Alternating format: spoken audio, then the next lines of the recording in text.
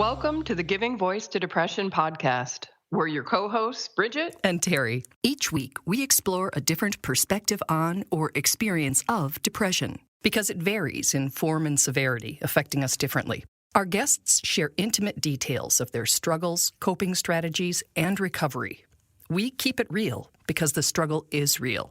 We keep it hopeful because there is hope, in spite of what depression tells you. We're not experts or therapists. We're sisters and best friends who live with depression and know that talking about the illness reduces stigma and humanizes the experience, making it safer and easier to ask for needed support. You are far from alone. Hello, Bridget. Hi, Terry. If you live with depression like us, and many of the people who listen to this podcast, it's pretty much guaranteed that you've been told a lot of things you should do over the years.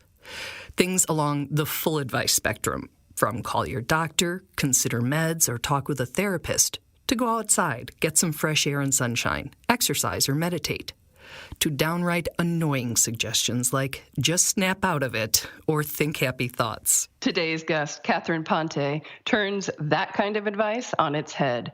She wrote an article called Coping with Mental Illness, What Not to Do. Since we're always on the lookout for something different, we read it, learned from it, and reached out to Catherine, who is a huge believer that sharing our struggles benefits not only the people that hear us, but our own recovery as well. I have been living with severe bipolar 1 disorder for over 15 years. I've had 5 severe manic episodes, 3 involuntary hospitalizations, and the rest for something I did while I was manic. And everybody should know that there is no cure for many mental illnesses.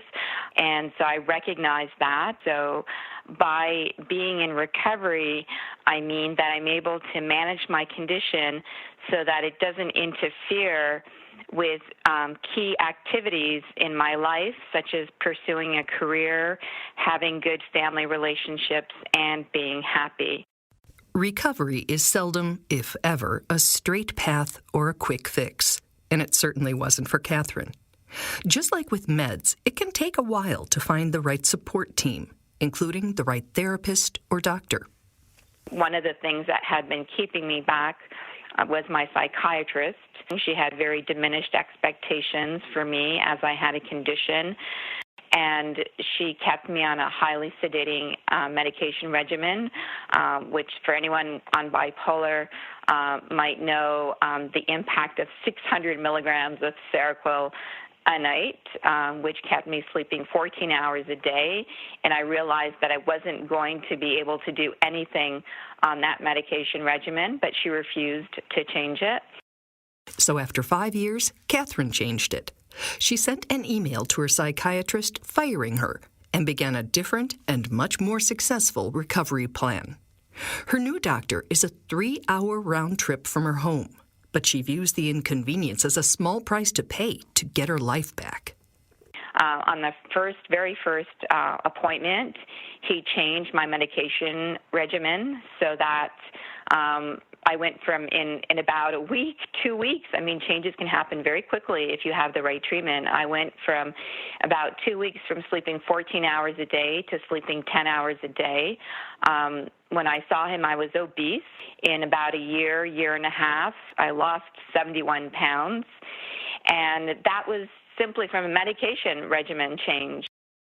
It was with that psychiatrist that Catherine worked up a list of 6 things to not do when coping with mental illness. It started as an idea she had for an article on self-care. And he's like, well, a lot of people know about those things. Let's talk about the things that really hold people back, that really can make it very difficult to benefit from some of those coping strategies that people turn to help with their conditions. Catherine says compiling the list brought feelings of regret and guilt as she realized it wasn't just her bipolar holding her back, but some of her own actions and beliefs as well. And I could have locked it away and not shared it with anyone, but I want to share it. I want to, look back and admit to the things that I've done wrong, that I could have done better, with the hopes that some people will recognize in that list some of their activities, that they're doing the same thing maybe. We'll run through the list and also link to Catherine's article so you can reread it or print it if you want. We're going to start with the idea that being ambivalent about your treatment can impact its effectiveness. I wasn't giving it my all. I wasn't giving the treatment the support that it needed. I was very skeptical. I was at a point where I thought nothing's ever going to work. Nothing will ever change. I will take these medications. I will take this therapy because this is what I'm supposed to do, and maybe it will help a little, but it won't really change my life. It won't lead me to where I want to be. So I'd stay in bed. Interesting. It's such a double-sided message because there's the part that you think, oh, I can't believe I impeded my own recovery. And then you also realize, yay, I can help my own recovery. It's up to the person with the condition to say, I'm ready, I've had enough, I've reached a point where I've got to do something about it, I've got to give it everything that I have, and I've got to see if this works out, because I was really at the point when I reached my breaking point, either I die or I live. And if I'm going to live, I don't want to live this life of stability. I want to live a life of recovery. And, I reached that realization because I finally realized that I couldn't continue to live the life that I had been living. Maybe you've realized the need to take an active role in your own recovery a long time ago or learned it from a therapist. But we bet a lot of people haven't. On one hand, it seems almost obvious, but on the other, it could be a recovery game changer. Once I saw that treatment improving, I said, okay, now I have to do my part. I have to work harder and harder. I have to keep up with these treatment improvements. When you say I want A, B, C, then you take more ownership in your treatment because you have a stake in it now. You have to help that treatment have the best outcomes. Catherine makes the distinction that it's one thing to reach recovery and another to stay in it.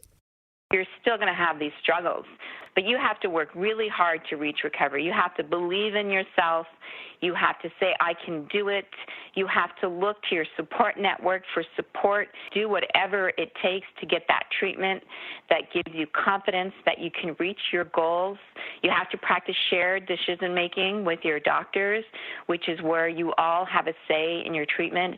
It is really hard, but with the right combination, with the right formula, with, the right things aligning, you can do it.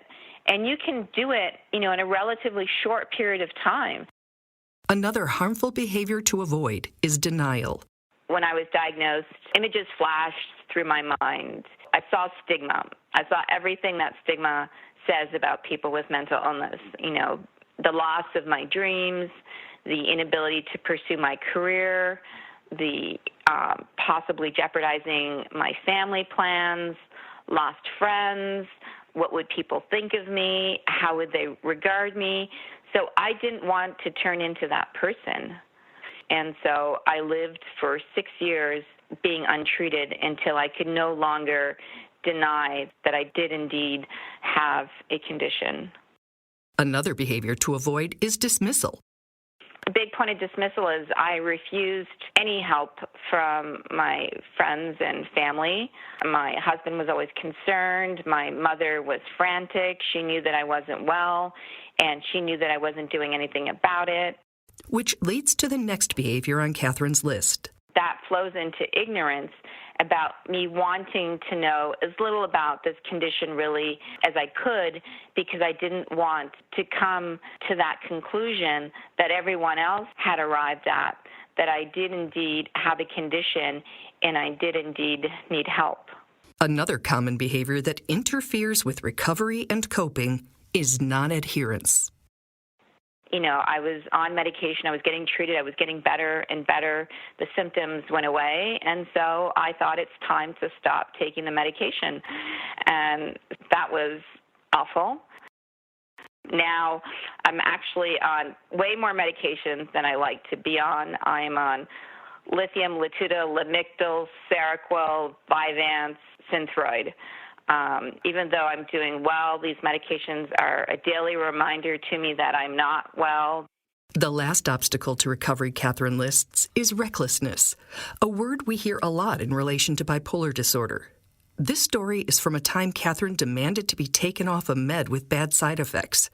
It was with her early psychiatrist. A very high percentage of people with bipolar have been incarcerated or jailed, and often for acts they've committed while manic.